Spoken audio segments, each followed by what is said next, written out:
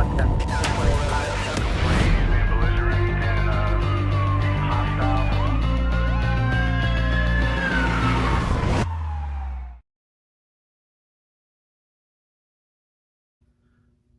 I'm David Roger, General Counsel for the Las Vegas Police Protective Association. Today I'd like to talk to you about domestic violence arrests and, more importantly, qualified immunity. So let's first talk about domestic violence arrests. And so I am certain that frequently there is a disagreement on whether an officer has probable cause. I hear from officers at times that supervisors direct them to make an arrest when the officers aren't entirely clear. And one of the arguments that officers make, which is a valid argument, is that the district attorney's office may not even prosecute the case. And of course, we don't have any control over that. Keep in mind that policy provides that in cases of domestic violence, if you have probable cause, you're required to make the arrest, regardless of whether you believe the DA will prosecute the case or the city attorney for that matter. So let's set that aside and talk about qualified immunity. And we've talked about it in the past, and qualified immunity, just generally speaking, involves federal civil rights, civil litigation where you're sued for maybe a Fourth Amendment violation. And the courts have recognized that in order to hold an officer accountable, there has to be clearly established law.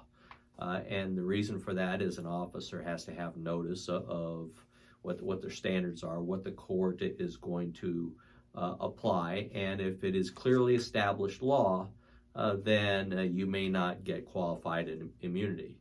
And if you don't get qualified immunity, that means you have to sit as a defendant in the case. Conversely, if a court grants you qualified immunity, you're out of the case.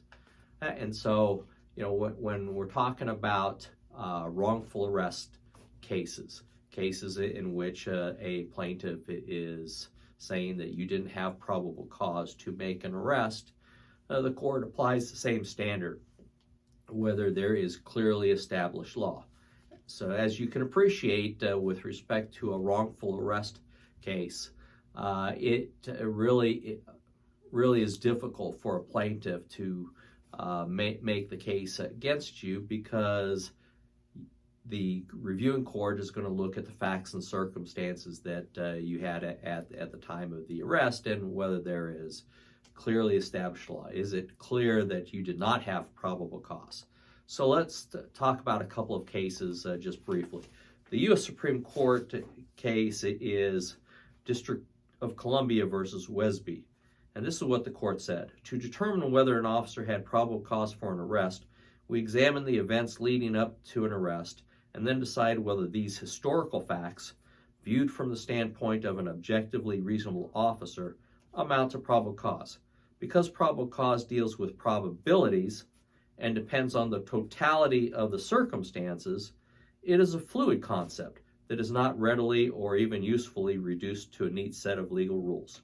It requires only a probability or substantial chance of criminal activity, not an actual showing of such activity. Probable cause is not a high bar.